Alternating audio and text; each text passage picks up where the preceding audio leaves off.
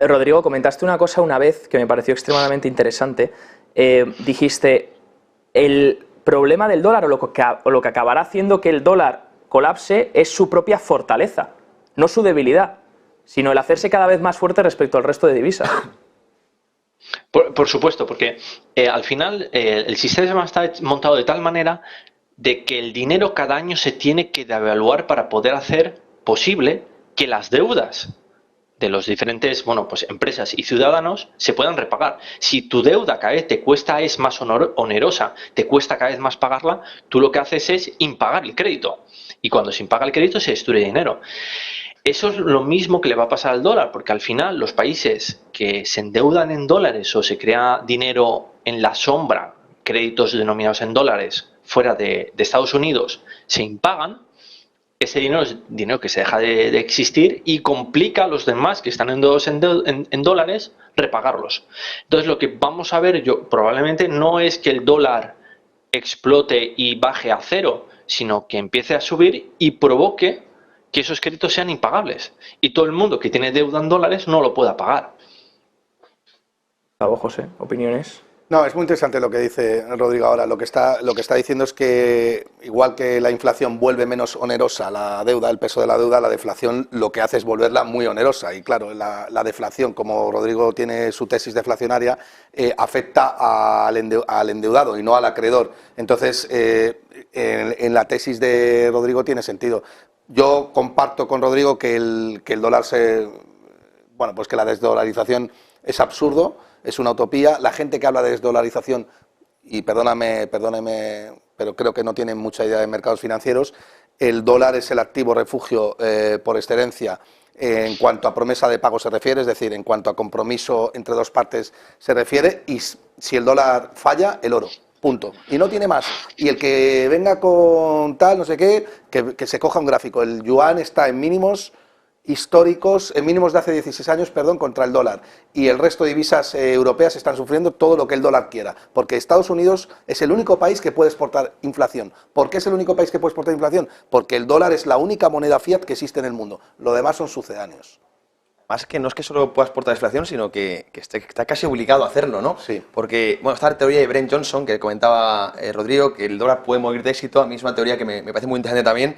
Y hay una cosa que a mí me hace pensar mucho, ¿no? Es que se necesitan cada vez más dólares, ¿no? Porque las commodities están de mesa en dólares, hay que comprar primero dólares para acceder luego a materia prima, ¿no?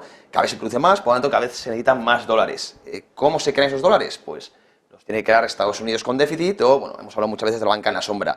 Entonces, Estados Unidos realmente tiene la responsabilidad, digamos, de repartir dólares, exportar dólares por el mundo.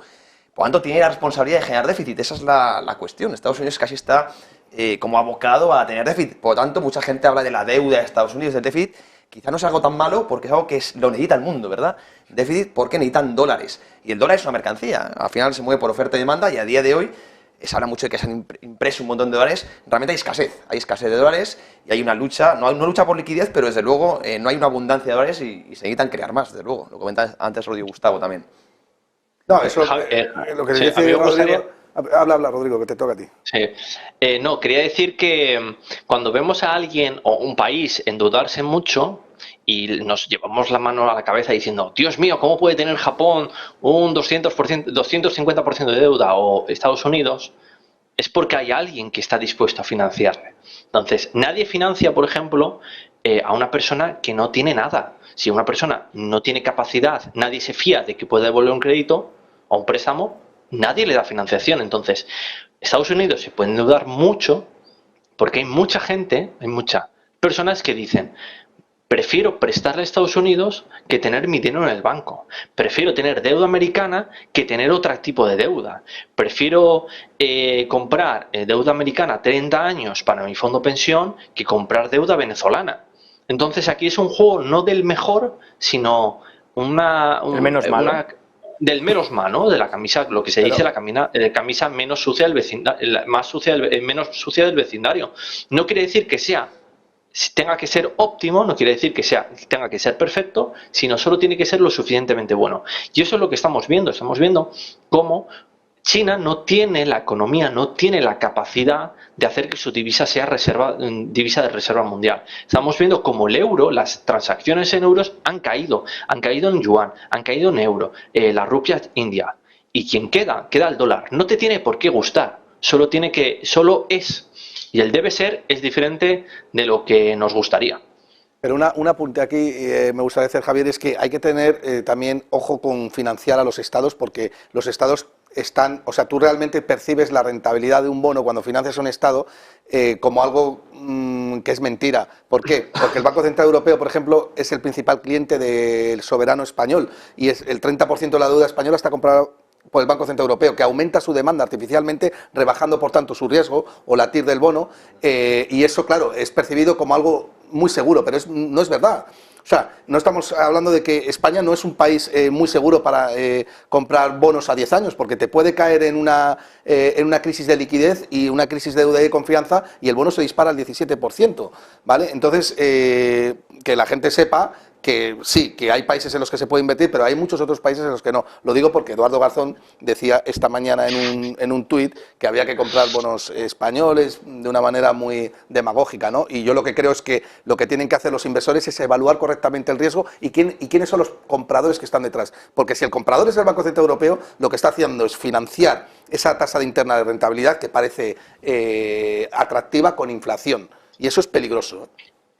Valorar el riesgo hoy en día está totalmente manipulado, el riesgo en el mercado de deuda es muy complicado, ¿no? Esto lo hacen los bancos centrales con los quantitative easing y las políticas no convencionales que realmente están, digamos, disfrazando un poco el riesgo del mercado de deuda y trasladándolo a otros mercados. Realmente al ahorrador nos obligan ya, el ahorro que tenemos que hacer nosotros casi es con riesgo, nos obligan a ir a riesgo y es un poco en el sistema en el que estamos que ahí voy yo, ¿no? Es un poco el fraude que comentábamos. Y es curioso una cosa que os quiero plantear el mundo necesita más deuda. La deuda es dinero. Necesitamos dinero porque cada vez se produce más, etcétera, etcétera. Pero esa deuda va impactando en el crecimiento del mundo. Por lo tanto, es una carretera sin salida, ¿no? Necesitamos más deuda, pero eso impacta al crecimiento. Es un poco la pirámide esa que no se puede estallar, pero es la famosa trampa de deuda que, insisto, ahí no tengo mucha respuesta, pero le doy muchas vueltas yo a eso. Pero si el problema no es, José, el problema no es la deuda, el problema es el precio que el mercado le pone a la deuda. que si tú hay organismos interventores que están completamente manipulando ese precio, entonces estás poniendo en marcha procesos productivos que no deberían de estar ahí. Y es lo que luego viene con la famosa destrucción creativa de Schumpeter. Sí. Claro, y es lo que va a pasar. O sea, es que yo creo que la próxima crisis la tenemos más bien cerca. No sé cuándo, pero yo creo que va a suceder rápido. Pues esperemos que nos dé un poco de tregua, Gustavo. Entiendo que hoy estás contento porque te ha puesto a Padre Graham ahí, Rodrigo, estaba viendo el de fondo. Security Analysis. No, me gusta que Rodrigo estudie Value Investing porque ahí está la verdad. Poco a poco vais coincidiendo en más cosas, ¿eh? Rodrigo y Gustavo, por lo menos en Value Investing estáis ahí a la orden del día. Te estrenas el lunes con Daniel Lacalle también, sí, aquí en Negocios Televisión. Tendremos un programa súper especial, como siempre, gracias a los tres. José Basagoiti, cofundador y CEO de Trading Pro, Gustavo Martínez, profesor de Economía en la Francisco Marroquín, asesor financiero, y Rodrigo, también director de inversiones en Sebet Espinosa. Como siempre, un gusto teneros a los tres. Que tengáis buen fin de semana. Muchas gracias. Nosotros. Adiós, Rodrigo. Un abrazo. Inversión, bolsa, criptomonedas. Te contamos la actualidad que mueve los mercados.